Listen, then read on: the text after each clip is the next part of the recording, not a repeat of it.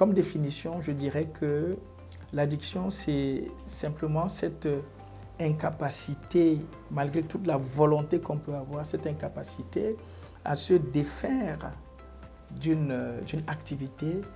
Ça peut être, par exemple, l'utilisation de son téléphone.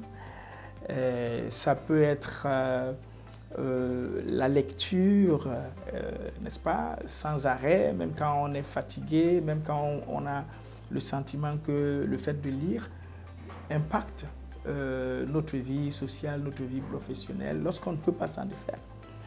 Et également, lorsqu'on ne peut pas se défaire d'une substance telle que peut-être l'alcool ou le cannabis, hein.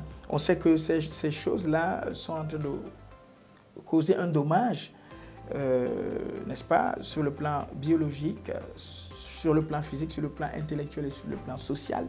On veut bien s'en défaire, mais on n'y arrive pas. Alors, à partir de ce moment-là, on peut dire qu'il y a addiction.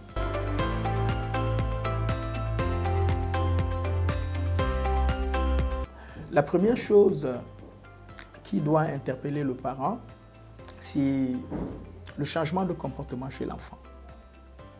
Vous savez, c'est vrai, quand on arrive à ce stade d'adolescence, les comportements changent, oui.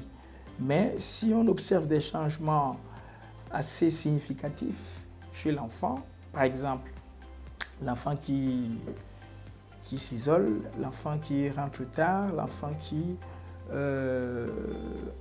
devient un peu agressif, l'enfant qui, à l'école, ça ne marche plus vraiment bien, l'enfant qui semble irritable.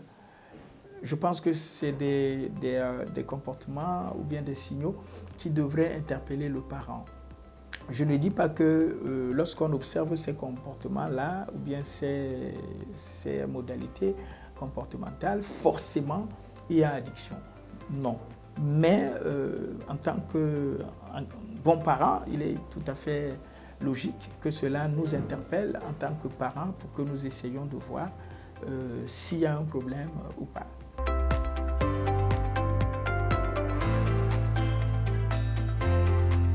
Alors, oui, la première chose qu'il faudrait que le parent se dise, c'est que, bien, on est dans la présomption d'innocence. C'est-à-dire, on ne va pas en accusant déjà l'enfant. Ah, c'est sûr que tu prends la drogue, c'est sûr que tu fumes, c'est sûr que tu bois la bière. Non, on ne part pas comme ça. On va vers l'enfant et on lui dit, j'ai observé depuis quelque temps que tu t'éloignes un peu. Avec tes frères, je ne vous vois pas beaucoup échanger et tu passes assez de temps dans ta chambre et tu rentres un peu tard ces derniers temps. Et j'ai pensé qu'il faudrait qu'on s'asseye et que nous puissions en parler. S'il y a une difficulté, s'il y a un souci, je suis là, je suis ton père, je suis ta mère, je suis là pour t'accompagner, tu m'en parles et puis on voit comment on peut résoudre le problème. En général, si il y a une bonne relation, disons, si dans la famille, il y a une culture du dialogue, s'il y a cette culture-là, l'enfant peut s'ouvrir. Mais comme les drogues telles que le cannabis ou bien ce qu'ils appellent la taille ou le caillou, c'est des drogues dures et c'est des drogues illicites. Donc parce que c'est des substances illicites, c'est-à-dire des substances interdites, eh bien l'enfant ne va pas tout de suite vous dire qu'il en prend, oui, il ne va pas vous le dire, parce que c'est des substances interdites. Donc ça va l'amener à se fermer et à vous dire non, tout va bien, il n'y a pas de problème. Et c'est là le grand danger, parce que l'un des comportements qui caractérise les personnes sujettes aux addictions, c'est le mensonge. C'est le mensonge. Ça les caractérise beaucoup. Et ils vont vous dire, oui, surtout quand on découvre, il va dire, oui, il y a quelque temps que je prends ça. Alors que c'est une information fausse, très souvent. Oui, je prends la résolution de ne plus en prendre. Je vous promets. Ben, cette promesse, c'est de l'eau. Parce que si on est déjà dans l'addiction, ben, on est déjà malade. Il faudrait qu'on soit soigné. Et donc, je disais qu'il faut avoir cette approche souple, pas une approche qui condamne sans même qu'on ait écouté l'enfant à l'avance. J'ai également présenté quelques signaux qui doivent interpeller le parent.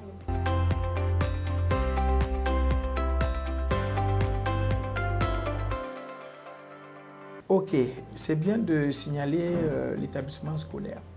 En général, soit on constate qu'à la maison, il y a des changements au niveau du comportement de l'enfant, soit à l'école, on peut observer des absences. L'enfant, il n'est pas présent pendant les cours. Il peut avoir, généralement, ils ont plusieurs heures d'absence.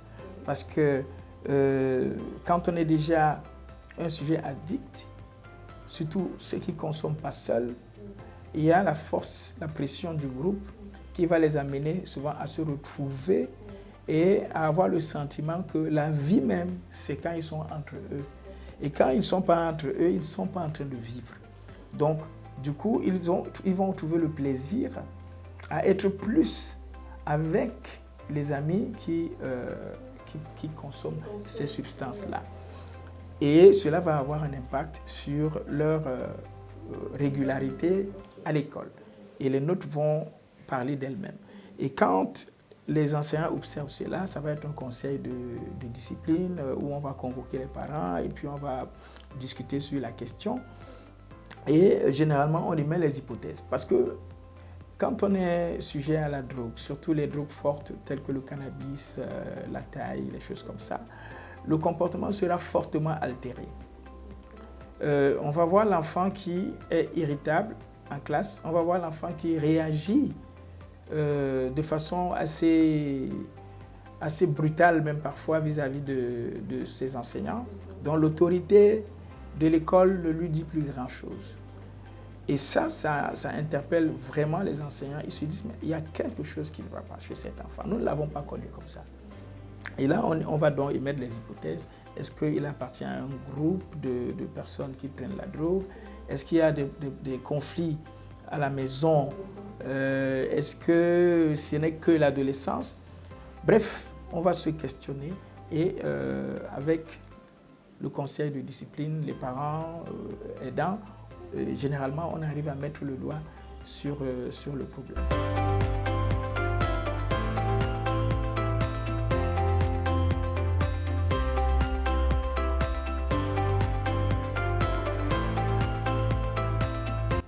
La première chose, c'est quand on a vraiment les preuves qu'il est déjà sujet aux addictions, la première chose, c'est de le faire consulter par un professionnel. Je suppose que, évidemment, pour toute famille sérieuse, lorsqu'on constate qu'un enfant est dans ces choses, on organise d'abord une réunion de famille. Hein? Donc, on va gérer le problème au niveau de la maison. Si jusque-là, ça ne va pas, on consulte. On consulte un professionnel de la santé mentale. Ça peut être un psychologue, mais c'est surtout un psychiatre lorsque les substances s'y mêlent. Quand les substances s'y mêlent, eh bien là, parce qu'on peut être addict à la pornographie, on n'a pas forcément besoin de l'intervention du psychiatre. On n'a pas forcément besoin.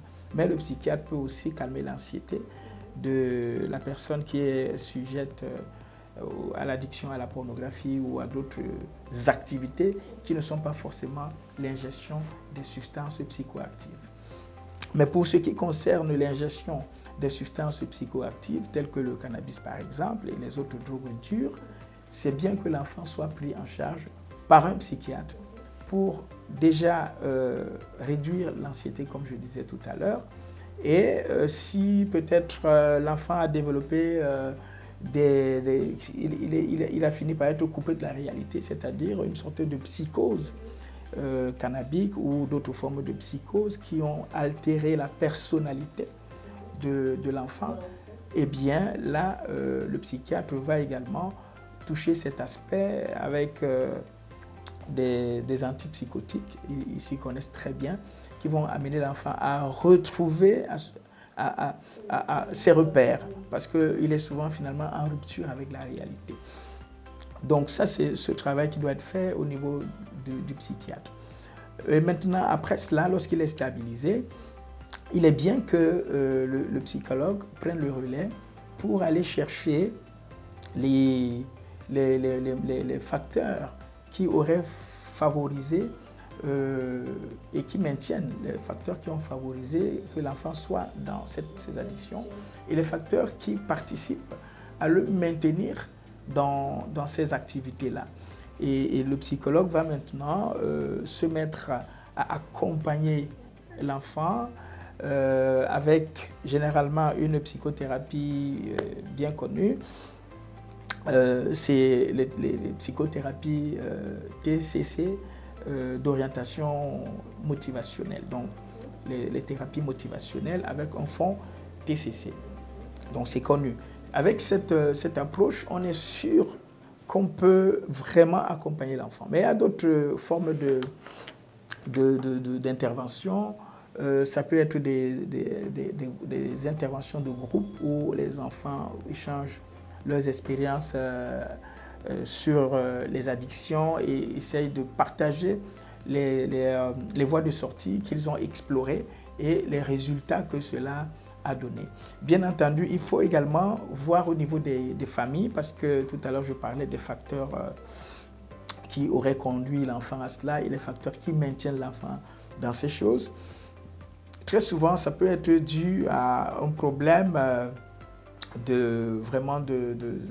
malaise au niveau de la maison, où l'enfant a le sentiment qu'il n'est pas écouté, qu'il n'est pas compris, ou alors il y a des conflits à la maison et l'enfant se sent mal et se retrouve comme ça par hasard à avoir un premier contact avec les substances psychoactives et il trouve que ça le soulage, entre guillemets, et il reste là-dedans.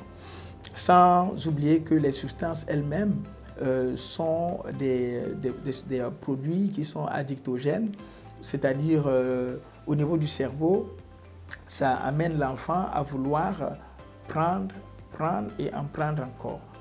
Parce qu'il y a ce qu'on appelle le phénomène d'accoutumance. Lorsqu'on consomme la drogue, à un certain niveau, on a l'effet.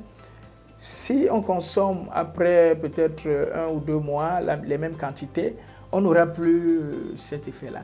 Donc, on sera dans l'accoutumance et il va falloir que les doses soient augmentées pour qu'on ressente encore ce qu'on recherche lorsqu'on est en situation, disons, d'anxiété ou de difficultés sociales et qu'on pense que ces substances-là qui peuvent nous apaiser.